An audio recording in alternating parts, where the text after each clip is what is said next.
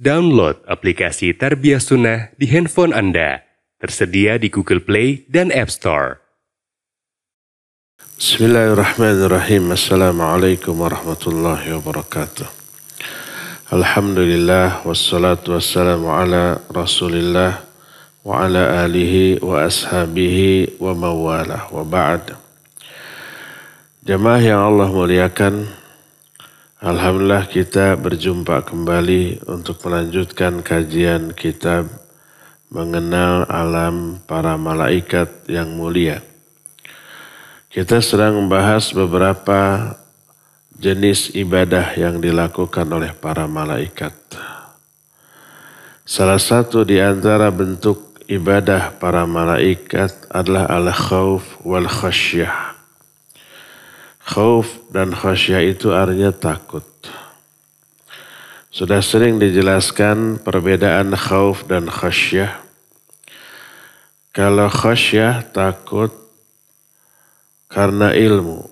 Maksudnya apa yang ditakutinya itu sudah diketahui secara pasti. Seperti kita takut terhadap api karena tahu api itu panas.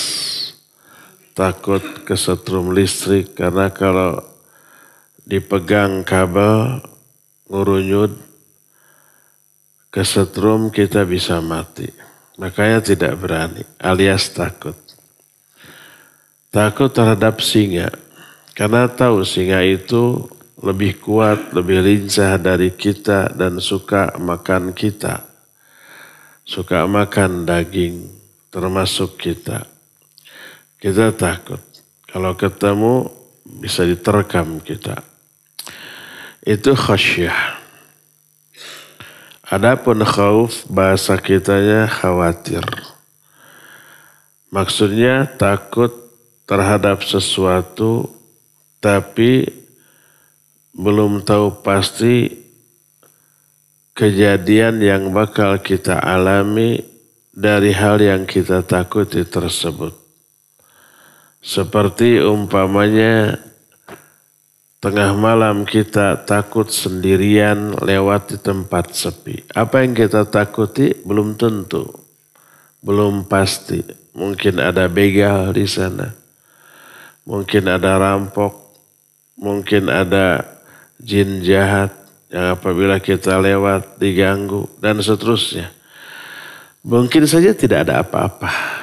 Lewat begitu saja. Itu khauf. Khasyah dan khauf wajib kita miliki hanya kepada Allah. Kita takut kepada Allah karena kita tahu Allah itu maha dahsyat siksanya. Allah itu maha pencemburu. Kalau larangannya dilanggar, Allah murka dan kita bisa terkena azab. Azab di dunia, di alam kubur, dan di akhirat nanti. Jadi takut seperti itu namanya khasyah. Dan khasyah ini rasa takut karena ilmu. Innama yakhsyallaha min ibadihil ulama. Hanyalah orang yang takut kepada Allah di kalangan hamba-hambanya hanya orang-orang yang berilmu. Makin berilmu, makin kenal dengan Allah, makin takut. Itu khasyah. Termasuk khauf kepada Allah juga wajib kita miliki.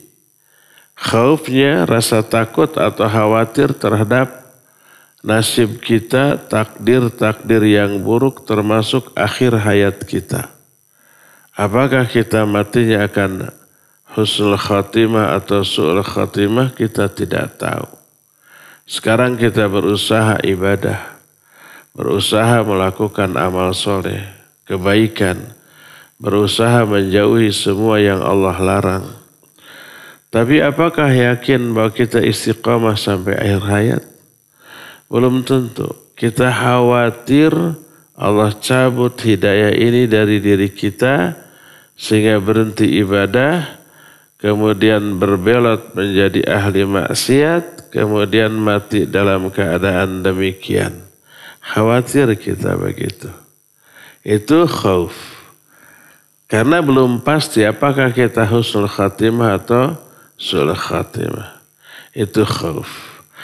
Jadi khasyah dan khauf adalah perasaan takut baik karena ilmu ataupun karena ketidakpastian yang wajib dimiliki oleh setiap manusia dan termasuk seutama-utama ibadah, tingkatan ibadah dalam agama.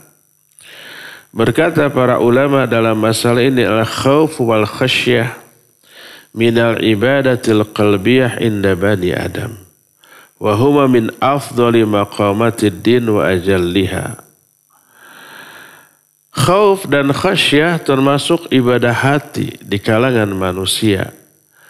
Kedua-duanya merupakan tingkatan agama yang paling utama dan paling mulia.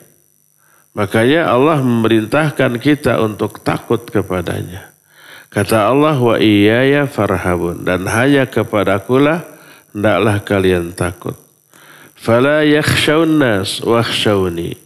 Jangan kalian takut kepada manusia, tapi takutlah kepadaku. Nah, dan Allah wanti-wanti, jangan sampai kita takut kepada selain Allah subhanahu wa ta'ala, dan menjelaskan bahwa perasaan takut kepada selain Allah itu adalah salah satu jebakan iblis, tipu daya iblis. Sebagaimana firman Allah dalam Al-Quran surah Ali Imran 175. Dzalika innama dzalikumus syaitan yukhawifu awliya'ahu fala takhafuhum wa khafuni in kuntum mu'minin. Yang demikian itu karena setan ingin menakut-nakuti wali-walinya. Wali setan ditanamkan rasa takut kepada selain Allah. Maka jangan kalian takut kepada mereka, takutlah kalian kepadaku kalau kalian benar-benar beriman. Gak boleh takut kepada manusia, kepada makhluk, kepada para setan dari kalangan bangsa jin atau setan dari kalangan bangsa manusia, maka hanyalah takut kepada Allah. Fala takhshawhum wakhshawni. Janganlah kalian takut kepada mereka, tapi takutlah kalian kepadaku.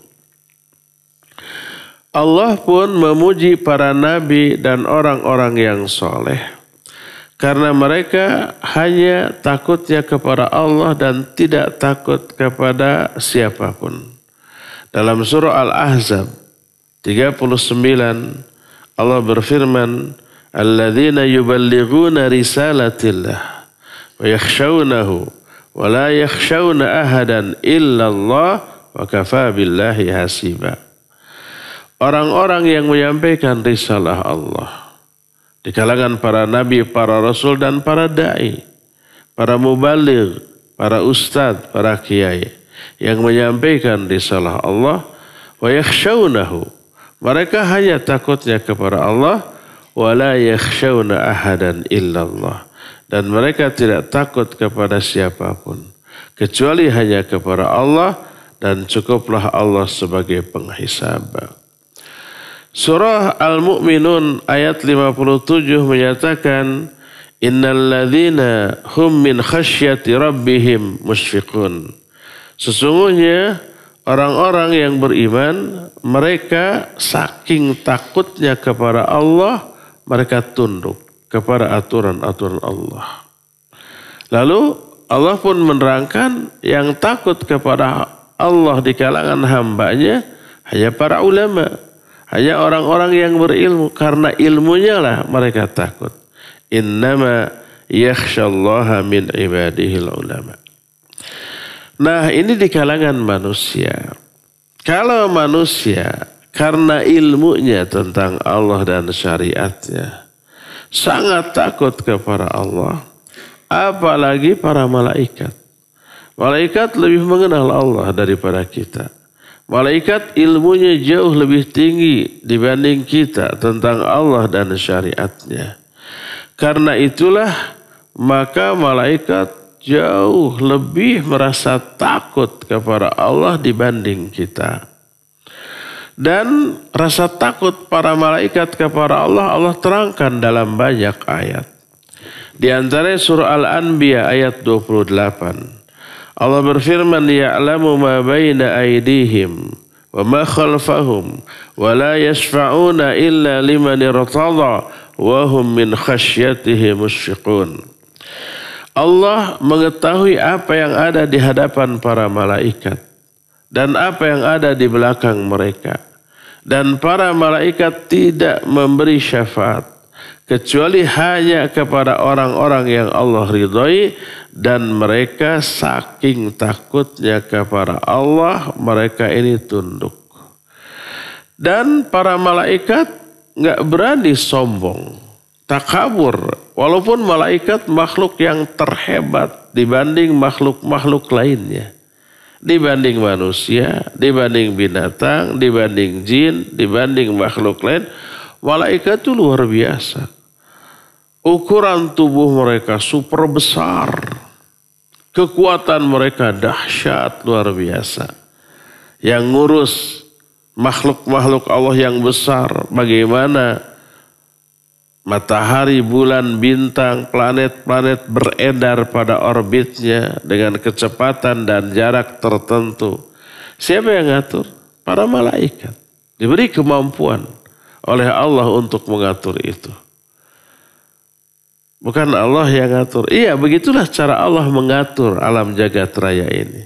Ya, dengan memberi kemampuan kepada para malaikat. Dengan kemampuan yang hebat. Lalu malaikat oleh Allah disuruh mengatur semuanya ini.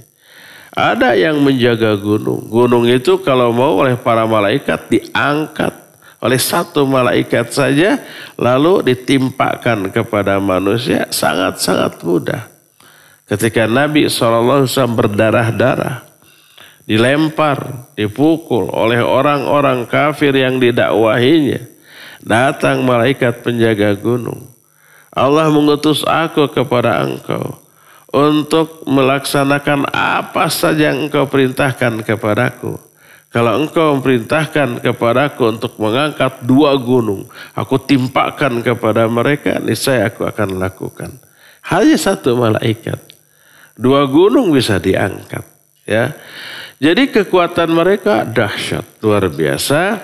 Tapi sehebat itu mereka sujud kepada Allah. Tunduk, patuh dan sangat takut. Tidak takabur.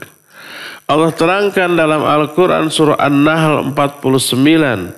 Walillahi yasjudu ma fis samawati wa ma fil ad min dabbatin wal malaikah wa hum la yastakbirun. Sujudlah kepada Allah. Siapa yang ada di langit dan siapa yang ada di bumi. Yang ada di langit, para malaikat. Yang ada di bumi, ya malaikat, ya ada kita. Ya. Min dabatin wal malaikah. Baik binatang-binatang melata, itu sujud kepada Allah dan para malaikat. Malaikat sujud. Wahum la yastakbirun. Dan mereka itu tidak sombong, tidak takabur. Bahkan saking takutnya para malaikat kepada Allah, para malaikat sampai pingsan. Diterangkan dalam salah satu hadis. Diterima dari Abu Hurairah radhiyallahu an. Nabi SAW bersabda, "Idza qada Allahul amra fis sama, darabatil malaikatu bi ajlihatiha, khud'anan liqaulih, ka'annahu silsilatun ala safwan."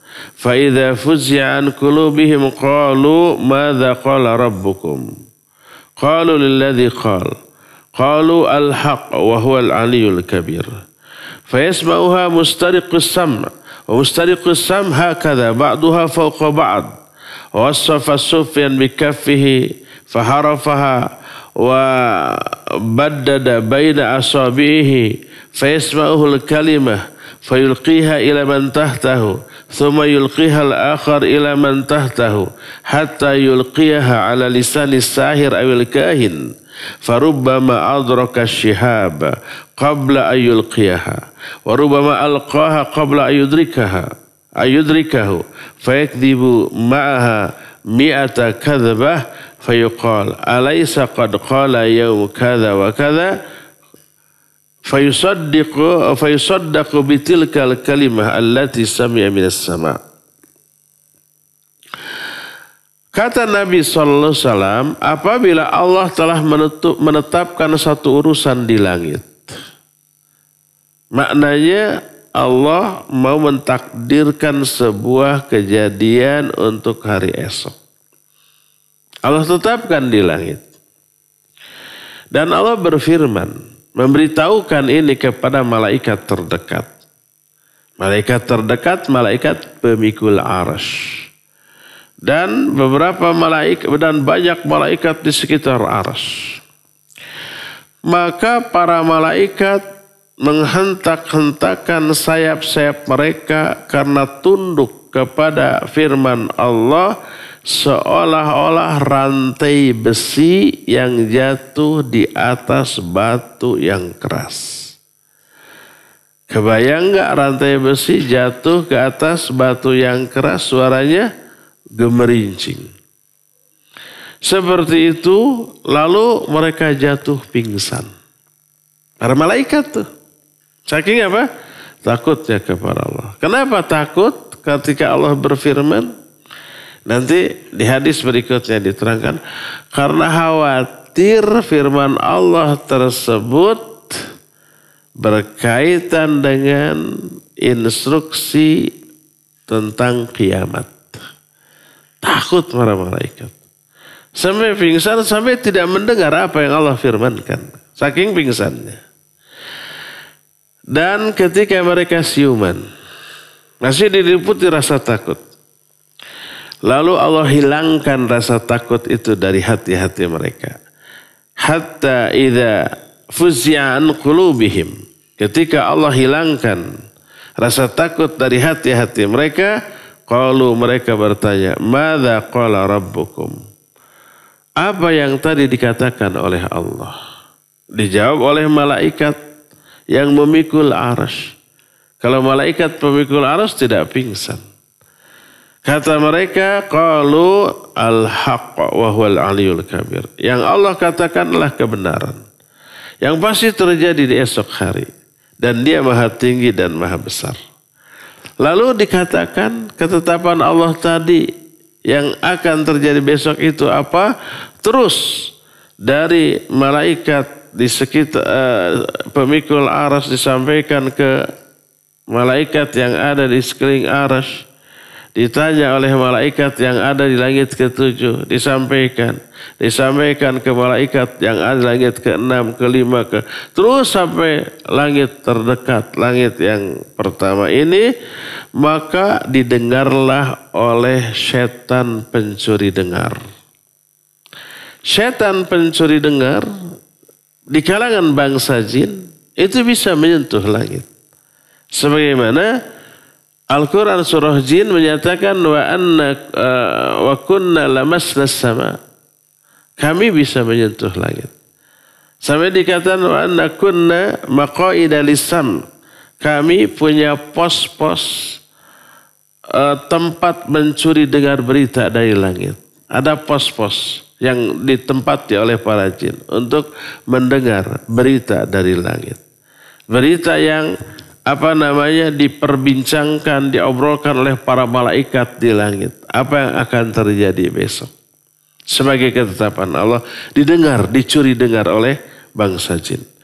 Dan kata Imam Sufyan As-Tsauri wa mustariqus sam hakadha ba'duhum fawqa ba'd. Dan para malaikat, setan di kalangan jin yang mencuri dengar itu begini, bertumpuk-tumpuk satu sama lain. Kemudian mereka setelah mendengar berita dari langit disampaikan kepada jin yang ada di bawahnya, terus sampai dibisikkan ke dukun atau tukang sihir. Kadang-kadang mereka itu dilempar oleh api dari langit sebelum disampaikan kepada para dukun. Mati mereka.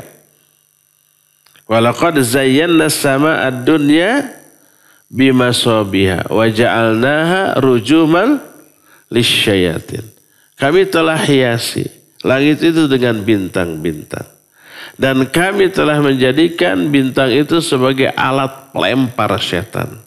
Jadi setan yang mau mencuri dengar berita dilempar. Kadang-kadang mereka kena lemparan sebelum disampaikan ke dukun. Kadang-kadang keburu disampaikan dulu ke dukun sebelum kena lemparan. Lalu disampaikan ke dukun, besok akan kejadian begini. Satu kata benar dibumbui ratusan kata-kata dusta. Maka kadang-kadang dukun ramalannya tepat. Kadang tidak selalu. Tapi satu yang tepat ratusan kata-kata dustanya.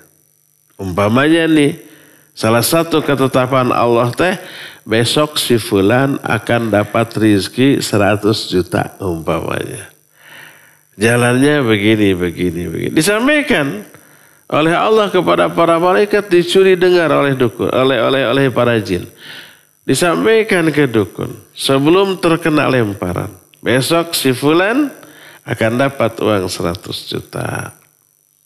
Itu benar. Tapi ratusan kata-kata dusta asal. Ada asalnya. Nanti si fulan akan datang ke kamu, hei dukun.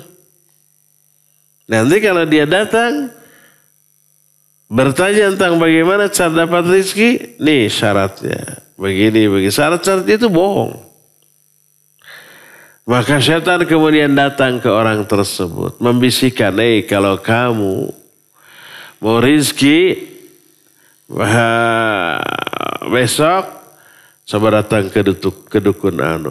Dukun lepus saciduh metu saucap nyata weruh sadurung winara. Sok datang digoda oleh setan tanpa terdengar suara di telinga, itu yang disebut dengan waswas, muncul langsung. Akhirnya orang ini terdorong datang ke dukun itu. Hei Pak Dukun, saya susah hirup ya, banyak hutang. Dikejar-kejar pinjol, dikejar-kejar debt collector. Bagaimana cara? Kata dukun, kalau kamu mau, kamu siapkan ini. Itu yang dusta. Tanpa itu juga akan dapat dia teh. Akhirnya dia terjerumus ke dalam perbuatan syirik karena memenuhi syarat yang ditetapkan oleh dukun. Padahal sudah pasti dia akan dapat walaupun tidak melakukan ritual yang dikemukakan oleh sang dukun tadi. Hadis ini sahih diriwayatkan oleh Imam Bukhari dalam kitab Sahih Bukhari. Oleh karena itu, kalau para malaikat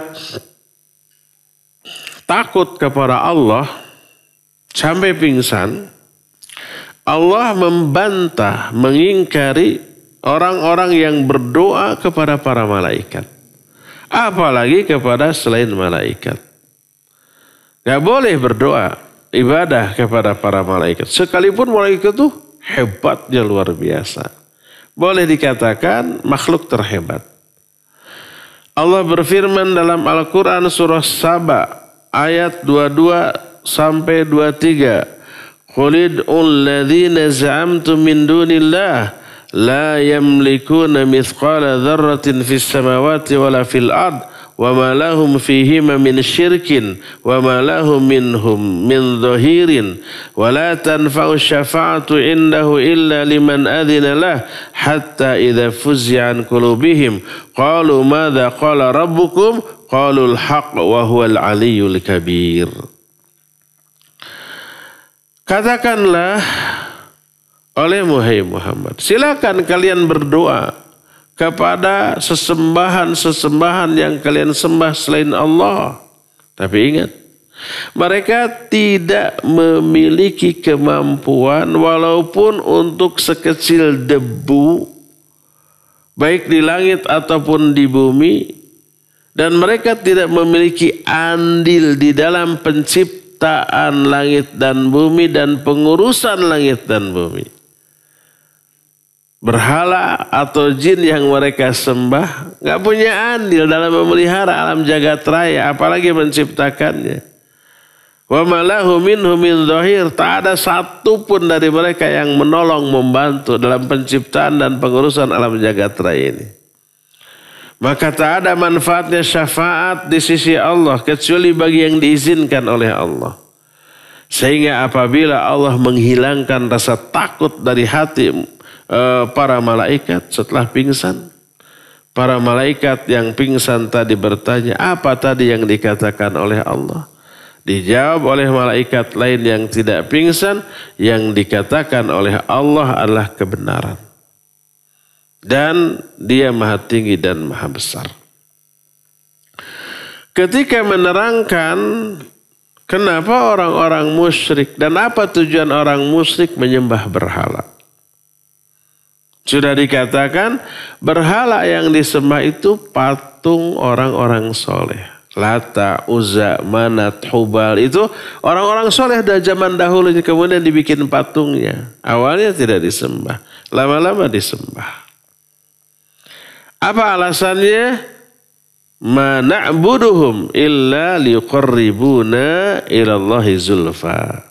Kami tidak beribadah kepada patung-patung ini kecuali agar lebih mendekatkan diri kami kepada Allah.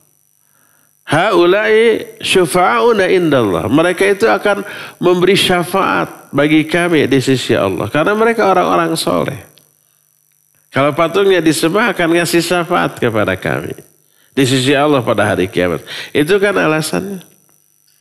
Maka dibeberkan secara detail rinci oleh Imam Ibnu Qayyim tentang batilnya alasan mereka.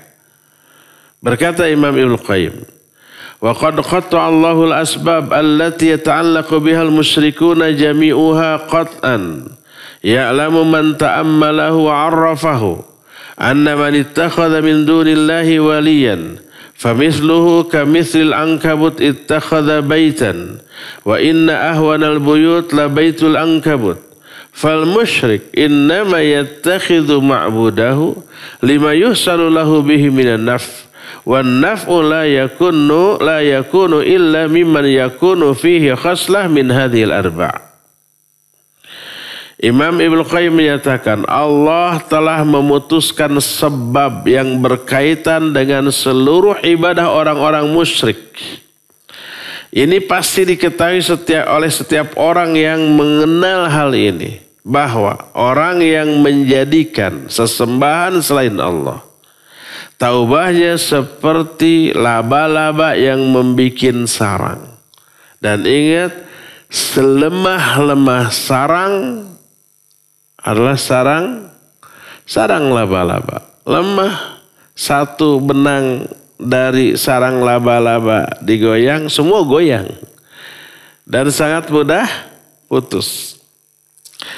Orang-orang musyrik, mereka mengambil sesembahan selain Allah karena berharap meraih manfaat dari berhala yang mereka sembah.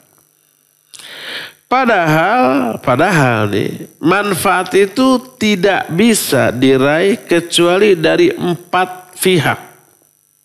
Pertama, dari raja yang disembahnya.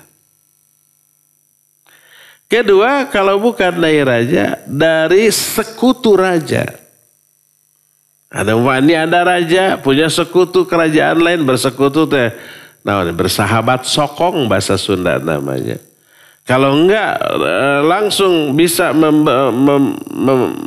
meraih manfaat dari raja dari sekutunya. Yang kedua, kalau tidak bisa dari sekutunya, maka dari pembantu-pembantu raja.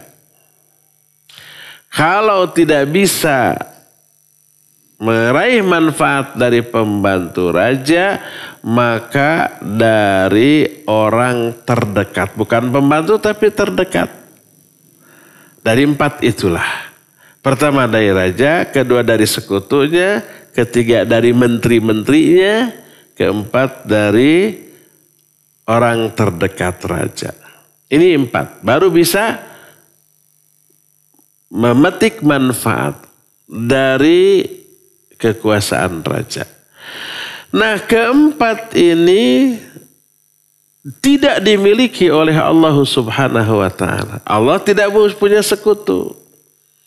Allah tidak memiliki pembantu-pembantu. Jangan dianggap malaikat pembantu Allah. Enggak, Allah enggak butuh pembantu. Dan Allah juga tidak memiliki makhluk yang dekat yang bisa memberikan syafaat tanpa izin Allah Azza wa Jalla. Oleh karena itulah maka ketika orang-orang musyrik menjadikan berhala mereka diharapkan memberi syafaat di sisi Allah, maka Allah menolak dan mengingkarinya.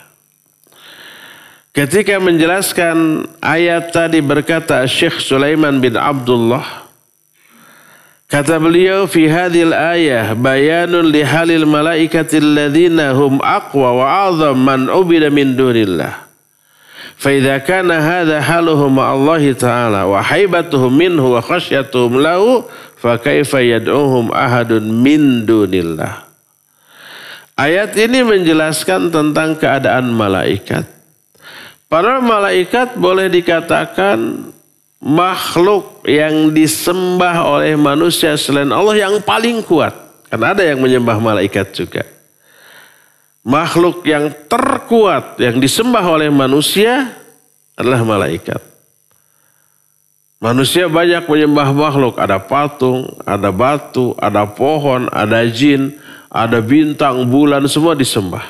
Salah satu yang disembah malaikat. Di antara sembahan terkuat apa? Para malaikat. Maka apabila malaikat sebagai sesembahan yang disembah oleh manusia, kekuatannya hebat, dahsyat, tapi ternyata takut kepada Allah. Sampai mereka pingsan, tunduk sujud kepada Allah, maka pertama ini menunjukkan malaikat haram untuk disembah, untuk diibadati. Yang kedua, apalagi makhluk lain yang jauh lebih lemah daripada para malaikat. Oleh karena itu tidak boleh para malaikat disembah selain Allah, dimintai doa, selain kepada Allah dimintai syafaat, selain kepada Allah. Maka malaikat, apabila malaikat yang sehebat itu tidak boleh, apalagi yang lainnya. Seperti patung-patung. Seperti ruh-ruh orang-orang yang sudah mati. Lebih tidak boleh disembah, tidak boleh diibadati, tidak boleh doa kita ditujukan kepada mereka. Dan ini menunjukkan pengingkaran Allah kepada orang-orang musyrik yang menyembah dan berdoa kepada makhluk hina. Yaitu berhala-berhala atau dari kalangan para setan. Berkata Syekh Muhammad bin Shalih Al-Utsaimin rahimahullah ketika menerangkan ayat tadi, bahwa para malaikat sampai pingsan saking takutnya kepada Allah. Di dalam ayat ini ada beberapa faidah kata beliau. Pertama, annal malaikata yakhafunallah. Pertama, para malaikat itu sangat-sangat takut kepada Allah. Allah mengungkapkan yakhafuna rabbahum min fawqihim. Para malaikat takut kepada Allah yang ada di atas mereka. Itu yang pertama. Faidah kedua, itsbatul qulub lil malaikah. Faidah kedua, malaikat ternyata punya hati. Kata siapa? Kata Allah. Allah menyatakan hatta idza fuzi'a an qulubihim. Sehingga apabila Allah mencabut rasa takut dari hati-hati mereka, hati para malaikat. Malaikat juga punya hati. Ketiga, itsbatun lahum ajsam wa laysu arwahan mujarrad minal jismiyah wa huwa amrun ma'lumun bid-darurah. Pelajaran ketiga, ayat itu menjelaskan malaikat punya jasad, bukan hanya ruh semata-mata. Sudah dijelaskan jasad para malaikat diciptakan dari cahaya. Tapi malaikat bukan cahaya. Hanya bahan pembuatnya dari cahaya. Sebagaimana jin dibuat dari api. Tapi jin bukan berupa api. Sebagaimana manusia dibuat dari tanah. Tapi manusia bukan berupa tanah. Ini berupa daging tulang kayak begini. Hanya bahan pemuatnya. Demikian juga para malaikat. Yang diciptakan dari tanah manusia, api, jin, malaikat dari cahaya, itu jasadnya. Dan selain jasad ada ruh. Adapun ruhnya tak ada penjelasan. Dibuat, diciptakan dari apa? Bahannya apa? Apakah bahan ruh malaikat, ruh jin, ruh manusia, ruh binatang sama? Wallahu alam. Kita tidak tahu karena tidak ada penjelasan. Tawakuf sudah. Allah berfirman, wa yas'alunaka 'anir ruh qul huwa min amri rabbi wa ma utitu minal ilmi illa qalila. Mereka bertanya kepada engkau tentang ruh. Jawab, ruh itu urusan Allah.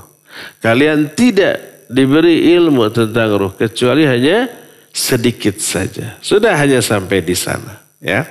Jadi malaikat punya jasad, juga punya ruh. Karena itulah maka dikatakan fal qaulu bi annahum arwahun faqat inkarun lahum bil waqi.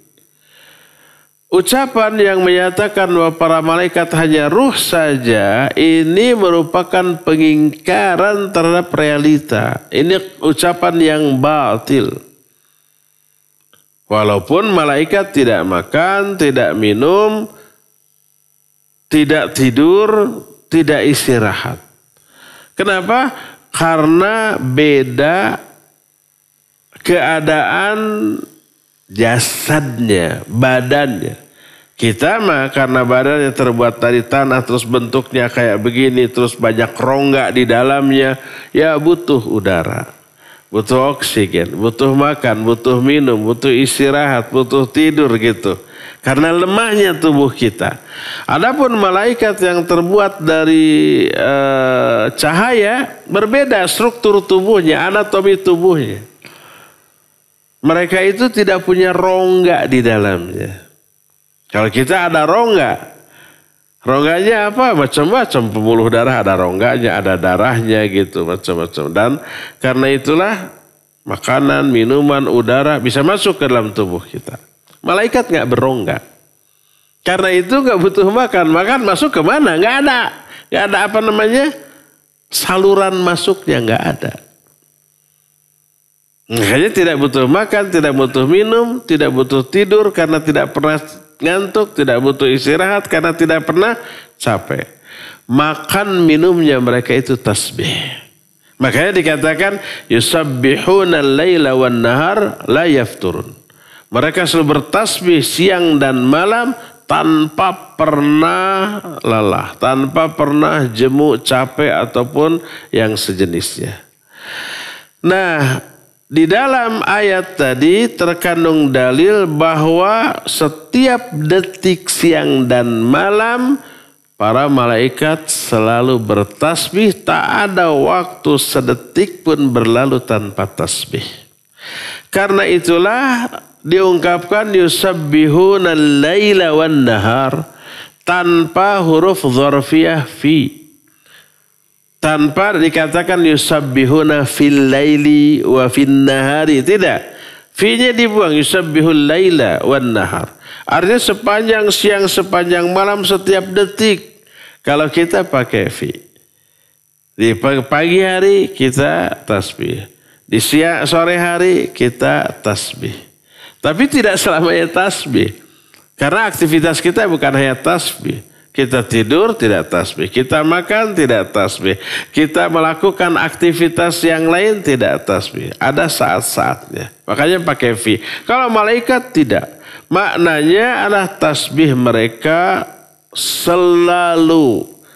Tidak pernah tidak. Setiap detiknya selalu dibarengi dengan tasbih. Inilah faedah yang ketiga. Keempat. Anna lahum uqulan innal qulub hiya mahallul uqul khilafan liman qala innahum la yaqilun wa li'annahum yusabbihuna Allah wa yatufuna bil baitil ma'mur. Ayat tadi pun menjelaskan bahwa malaikat punya akal. Karena hati hati itu sinonim dengan akal. Apa fungsi akal? Berpikir dan memahami. Dan Allah menjelaskan itulah fungsi hati. Lahum qulubun la yafqahuna biha. Walaqad dzara'na li jahannama katsiran minal insi wal jin lahum qulubun la yafqahuna biha. Kami akan penuhi neraka jahanam dengan kebanyakan manusia dan jin. Manusia dan jin yang gimana? Mereka punya hati tapi hatinya tidak dipakai untuk memahami. Jadi fungsi hati apa? Memahami. Dalam ayat lain, alahum qulubun la yaqilna biha. Bukankah mereka punya hati tapi hatinya enggak dipakai untuk mikir? Hati itu fungsinya mikir. Hati itu fungsinya memahami. Dan itulah akal. Makanya makna hati adalah akal. Malaikat punya hati, malaikat punya akal. Mustahil malaikat tidak berakal. Padahal mereka memahami jauh lebih mendalam daripada pemahaman kita. Mereka mengetahui berilmu jauh lebih tinggi mendalam daripada ilmu yang kita lakukan. Nah, suatu saat Nabi SAW dalam hadis dari Abdullah bin Abbas radhiyallahu anhuma, dia berkata, akhbarani rajulun min ashabin Nabi min al-Ansar annahum bainama hum julusun lailatan ma'a Rasulillah SAW rumiya bin najm fastanara. Kata Ibnu Abbas, salah seorang sahabat Nabi dari bangsa Ansar memberitahukan, ketika dia bersama-sama Nabi SAW di suatu malam, tiba-tiba ada cahaya di langit. Cahaya itu ya semacam bintang jatuh, bercahaya bersinar. Maju ya maju, entah kemana. Lalu Nabi SAW bertanya kepada para sahabat, "Madza kuntum taquluna fil jahiliyah idza rumiya bimithli hadza?" Apa yang kalian katakan dulu di zaman jahiliyah bila melihat bintang yang jatuh seperti ini? Maka kata para sahabat, Allah wa Rasulullah a'lam kunna naqul wulidal lailah rajulun azim wa mata rajulun azim. Allah dan Rasulnya yang lebih tahu yang sebenarnya. Tapi kami di zaman jahiliyah dulu, bila kelihatan ada bintang jatuh, kami berkata, malam ini ada seorang laki-laki hebat lahir. Atau seorang laki-laki hebat mati. Mungkin itu tanda kematian seorang yang hebat atau tanda kelahiran seorang yang hebat. Lalu Nabi SAW menjelaskan, فَإِنَّهَا لَا يُرْمَ بِهَا لِمَوْتِ أَحَدٍ وَلَا لِحَيَاتِهِ وَلَكِنَّ رَبَّنَا تَبَارَكَ وَتَعَالَى إِذَا قَضَى أَمْرًا سَبَّحَ حَمَلَةُ الْعَرْشِ ثُمَّ سَبَّحَ أَهْلُ السَّمَاءِ الَّذِينَ يَلُونَهُمْ حَتَّى يَبْلُغَ التَّسْبِيحُ أَهْلَ هَذِهِ السَّمَاءِ الدُّنْيَا ثُمَّ قَالَ الَّذِينَ يَلُونَ حَمَلَةَ الْعَرْشِ لِحَمَلَةِ الْعَرْشِ مَاذَا قَالَ رَبُّكُمْ فَيُخْبِرُونَهُمْ مَاذَا قَالَ قال فيستخبر بعض أهل السماوات بعضا حتى يبلغ الخبر هذه السماء الدنيا فتختف الجن السمع فيقذفونها إلى أوليائهم ويرمون به فلما جاءوها به على وجهه فهو حق ولكنهم يفرقون فيه ويزيدون. Kata Rasulullah SAW, sesungguhnya bintang jatuh itu bukan karena kematian seorang atau karena kelahiran seorang. Bukan. Nggak ada kaitan. Jadi kebanyakan mitos itu nggak benar. Termasuk di zaman jahiliyah ada mitos. Termasuk ketika bintang jatuh mitosnya lahir atau mati seorang yang hebat. Enggak, kata Nabi SAW. Tapi Allah Azza wa Jalla apabila menetapkan satu urusan, menetapkan takdir yang akan terjadi besok, maka para malaikat pemikul arsy bertasbih. Kemudian bertasbih pula para malaikat yang ada di langit, yang di bawahnya, terus yang di bawahnya, yang di bawahnya. Kemudian malaikat yang ada di sekitar arsy pingsan, lalu bertanya setelah siuman, apa yang dikatakan oleh Allah tadi? Malaikat pemikul arsy menjawab, kebenaran. Lalu malaikat yang ada di langit ke-7 nanya apa ketetapan Allah tadi. Terus sampai ke langit dunia. Maka disambarlah berita ini oleh jin yang mendengar berita ini. Kemudian mereka menyampaikan ke jin yang ada di bawahnya sampai disampaikan ke gunung ke dukun, lalu mereka dilempar dengan api. Nah, lemparan api itulah yang terlihat ketika ada cahaya di langit, bintang jatuh. Itu jin yang kena lemparan. Terbakar menyala seperti itu. Nah, tapi kadang-kadang ada sebelum kena lemparan keburu dibisikkan dulu kepada dukun atau tukang sihir. Satu berita yang benar ditambah dengan ratusan kata-kata dusta. Dari Abdullah bin Mas'ud radhiyallahu an berkata, "Idza takallama bil wahyi sami'a ahlus samawati solatan ka solsolatil hadid ala sofan fayafja'unahu fayakhirruna sujjada wa dhannu annahu amrus sa'ah fa idza fuzi'an qulubihim tanadau ma qala rabbukum qalu al-haq wa huwal aliyul kabir." Bila Allah mau menyampaikan wahyu tentang takdir besok terdengar oleh penduduk langit, suara gemerincing seperti gemerincingnya besi yang jatuh di atas batu yang keras. Mereka takut sampai tersungkur sujud dan pingsan karena mereka menyangka itu perintah untuk kiamat. Lalu setelah siuman masih diliputi rasa takut, Allah hilangkan rasa takut itu dari hati mereka. Setelah dihilangkan mereka bertanya, apa yang tadi dikatakan oleh Allah? Nanya ke malaikat pemikul arsy. Oleh malaikat pemikul arsy dijawab, itulah kebenaran yang akan terjadi dan dia maha tinggi dan maha besar.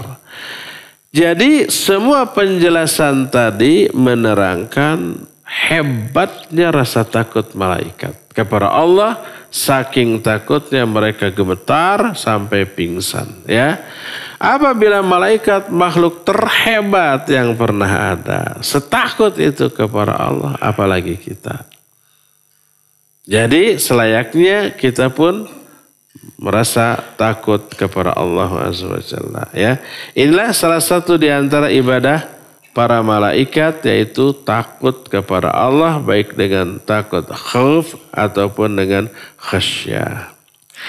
Cukup ya pagi hari ini sampai di sini dan kita masih punya sisa waktu untuk bertanya jawab. Wa sallallahu ala nabiyina Muhammadin wa ala alihi wa ashabihi wasallam. Assalamualaikum warahmatullahi wabarakatuh.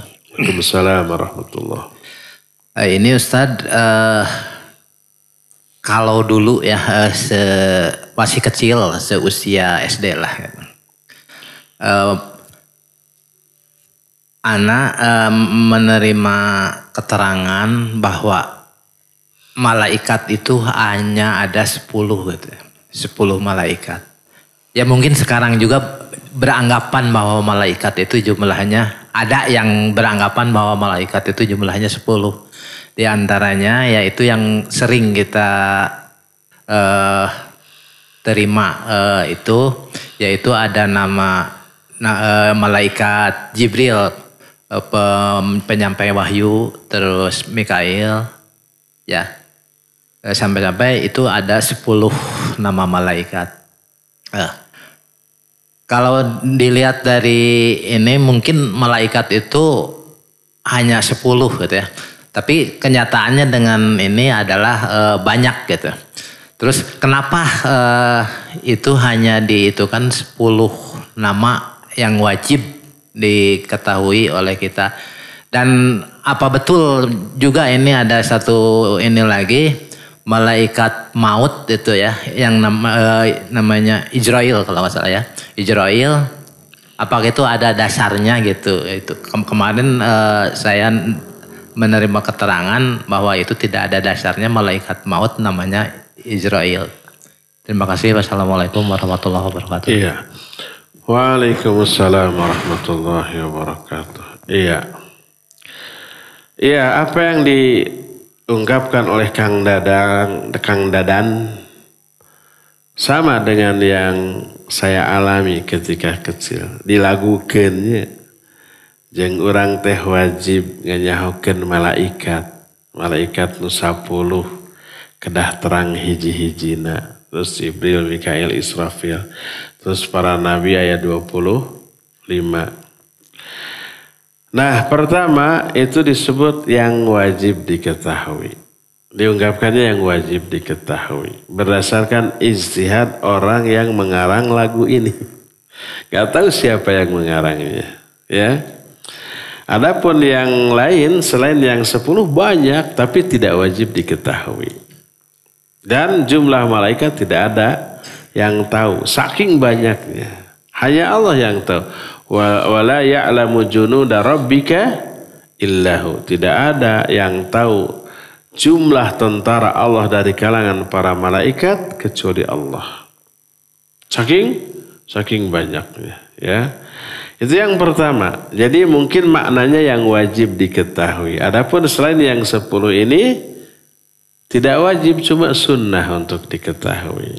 Itu yang pertama. Jadi bukan berarti membatasi hanya 10. Hanya yang wajib diketahui. Termasuk para nabi yang wajib diketahui 25.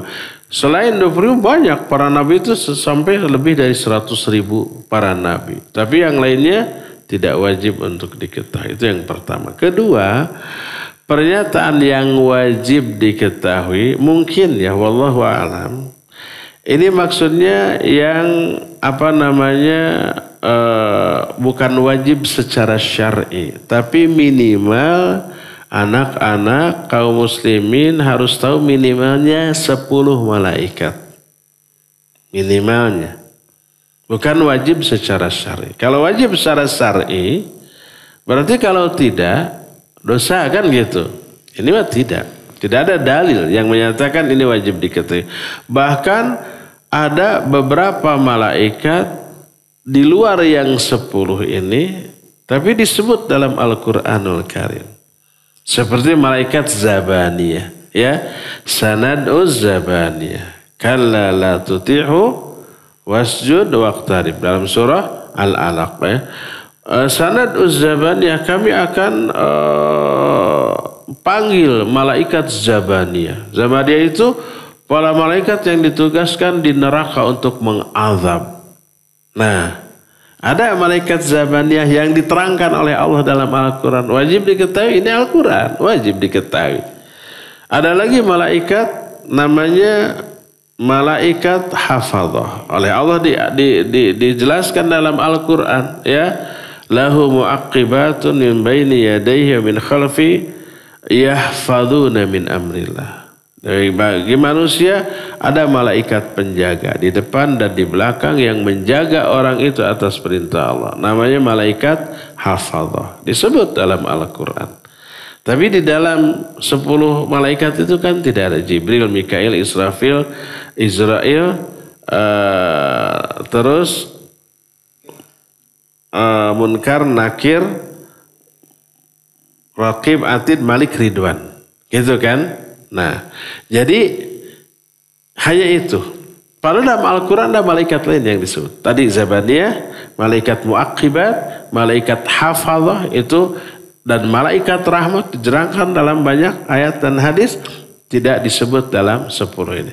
Jadi wajib itu mungkin maknanya oleh si orang yang mengajarkannya, ini minimal yang harus diketahui. Bukan berarti dosa kalau yang tidak tahu, bukan. Pada hakikatnya banyak malaikat lain yang harus kita ketahui karena diterangkan oleh Allah di dalam Al-Quranul Karim. Ya. Ada juga di antara 10 malaikat ini yang tidak didasarkan kepada dalil yang sahih. Seperti malaikat Ridwan. Penjaga apa? Penjaga surga. Nggak disebut dalam Al-Quran atau hadis yang sahih. Adapun Malik ya disebut dalam Al-Quran. Allah menyatakan wa nadau ya Malik liyaqdi alaina rabbuk. Para ahli neraka berseru, "Hei Malik." Malik itu pemimpin malaikat penjaga neraka. Hendaklah Allah mematikan kami saja. Nama Malik disebut oleh Allah dalam Al-Quran. Iya. Tapi ridwan tidak ada. Baik dalam Quran ataupun dalam hadis yang sahih.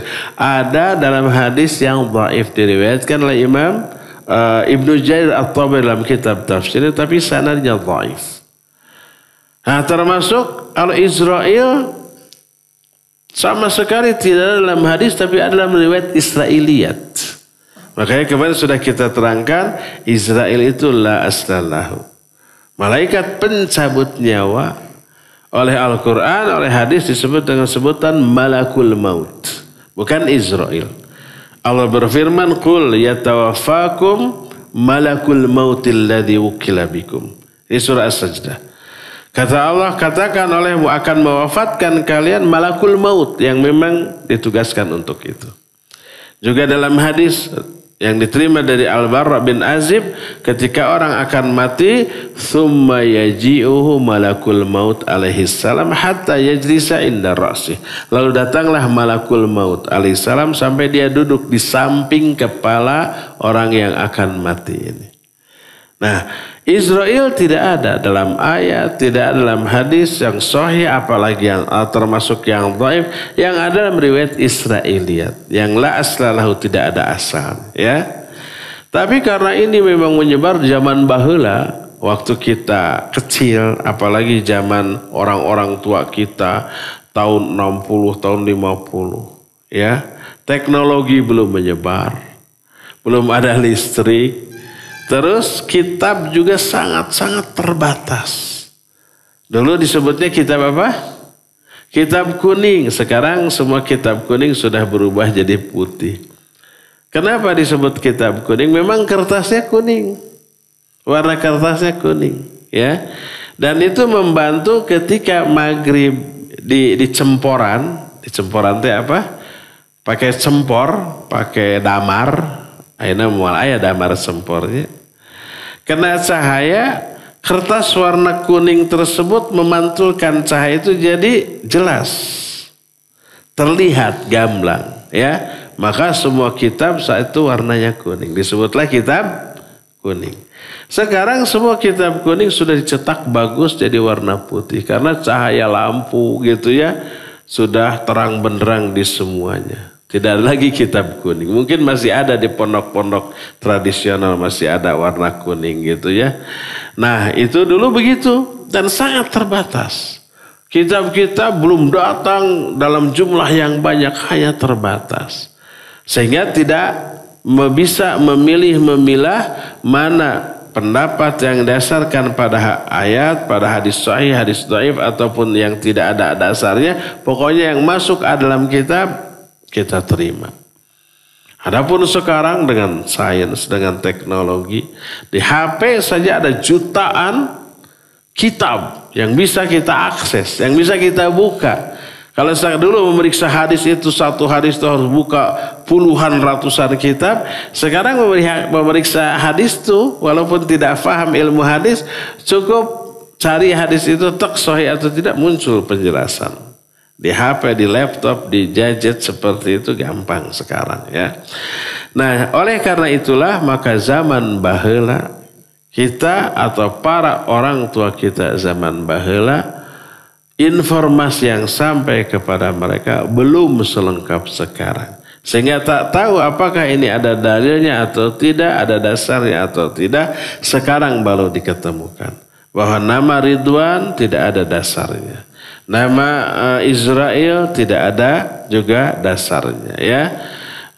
Nama malaikat pencabut nyawa malakul maut, bukan Israel. Nama malaikat penjaga surga ada disebut Ridwan tapi hadisnya dhaif. Tapi walaupun ada hadisnya dhaif gitu, sebagian ulama menolak, sebagian ulama ahlus sunnah ya ada yang menetapkan. Seperti Imam Ibnu Jarir, Imam Ibnu Katsir menyatakan ya malaikat penjaga surga adalah Ridwan.